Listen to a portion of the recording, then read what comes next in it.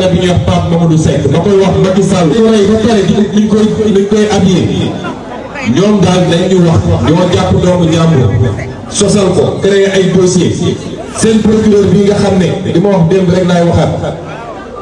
li tax ñu teg ko fi xam nañ ko lii diggante ak Macky Sall depuis Kaolack ba Fatick ba fii xam nañ ko na génn leeral Sénégal yi fan la dugal doomu jàmbur bu ñu yaakaaree ni mën nañu intimider nit ñi dañuy nax seen bopp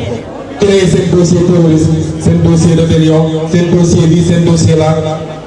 ñoo ngi koy xaar ci taatu daal Macky Sall ak ñi mu àndal ñu koy dal xaar foofu nii élection yii bu foogee ne dina ko sàcc bu romb doon day nax bopp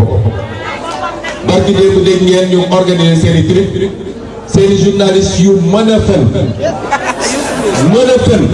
man du ma fi nekk di laaj ñu laam-laame maa saa waa ñëwee naan ay daje naag Mballo nee na suñ gagné élection yi dina ko nangu loolu mos ma ko xam Mballo amul fenn